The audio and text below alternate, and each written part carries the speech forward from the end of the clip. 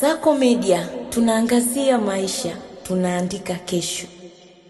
Jamii ya kabila la Hadzabe ina historia ya kuvutia katika kila nyanja ya maisha yao.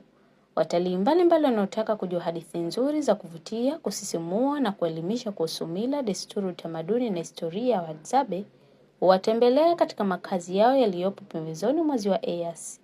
Vilevile kwa mgeni au mtalii yeyote kitembelea makumbusho ya kisasa ya Ngorongoro Lengai UNESCO Geopark, yaani Urithi Geopark Museum, inayosimamiwa na mamlaka ya hifadhi ya Ngorongoro wilayani Karatu, basi utapata hadithi nzuri na maelezo kutosha kuhusu masuala yote ya kabila hili. Baada ya wiki mbili zilizopita kuchapisha makala yenye hadithi kuhusu kichwa cha nyani na thamani yake katika ushenga na harusi kwa kabila la Hadzabe, pamoja na makala inayohusu adhabu ya kuchopoka katika kabila hilo, wiki hii tutaangazia utaratibu wa mazishi unaofanyika katika kabila hilo lililotunza historia, utamaduni na maisha yake. Wapo baadhi ya watu wanaamini kuwa Hadzabe huwa hawafai na badala yake hupotea tu, hasa kutokana na maisha yao kuishi msituni kwa kula nyama, mizizi na matunda, na kwamba jamii hiyo haina mila ya mazishi kama jamii nyingine. La hasha. Ukweli ni kwamba Hadzabe hufa kama alivyo binadamu wengine, na pia katika maisha yao huamini kuwa mtu akifa huwa ameitwa na Mungu wao, yaani Hepeme. Wanaamini kuwa Mungu huyo anaishi kati jua na mwezi na ndiye huwa anawapa baraka katika maisha yao ya kila siku.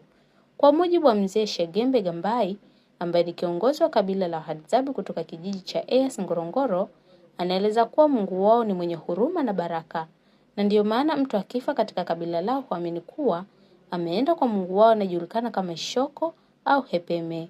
Mzee Shegembe anafafanua kuwa Wahadzabe huamini kuwa jua na mwezi ni vitu vyenye nguvu sana, na huamini uwezo wa Muumba katika kuwapa chakula chao cha kila siku, ambapo maombi yao makuu ya Mungu yaani Hepeme ni kuomba wajalie mawindo na kuwaepusha na majanga yote, mwisho kifo ambacho ni lazima kipitie.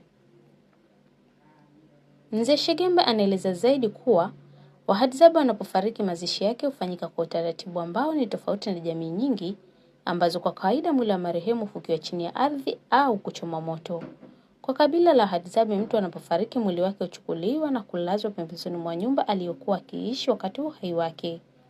Baada ya mwili kulazwa pembezoni mwa nyumba hiyo, waombolezaji au familia hiyo huenda porini kuinda mnyama mkali mkubwa kama pofu, pundamilia, kudu au swala, na wakifanikiwa kuwinda na kumuua mnyama huyo, wanapelekwa na kumlaza sambamba na mwili wa marehemu ulipo.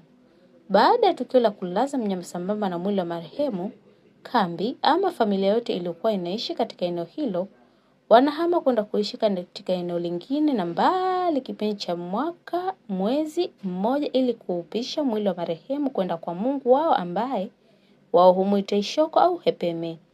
Na baada ya muda huo kupita, kambi au familia hurudi katika kambi na kuendelea na shughuli zao za maisha za kila siku, na muda huo mwili wa marehemu utakuwa umekwisha nyakuliwa kwenda kwa Mungu.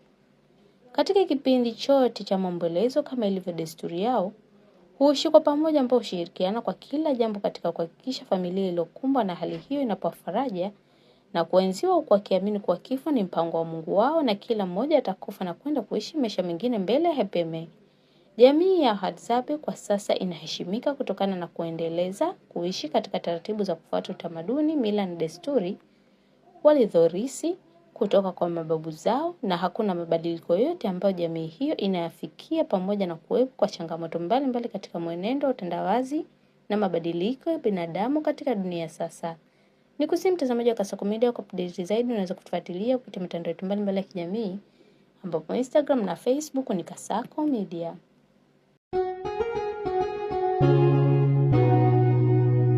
Kasako Media, tunaangazia maisha, tunaandika kesho.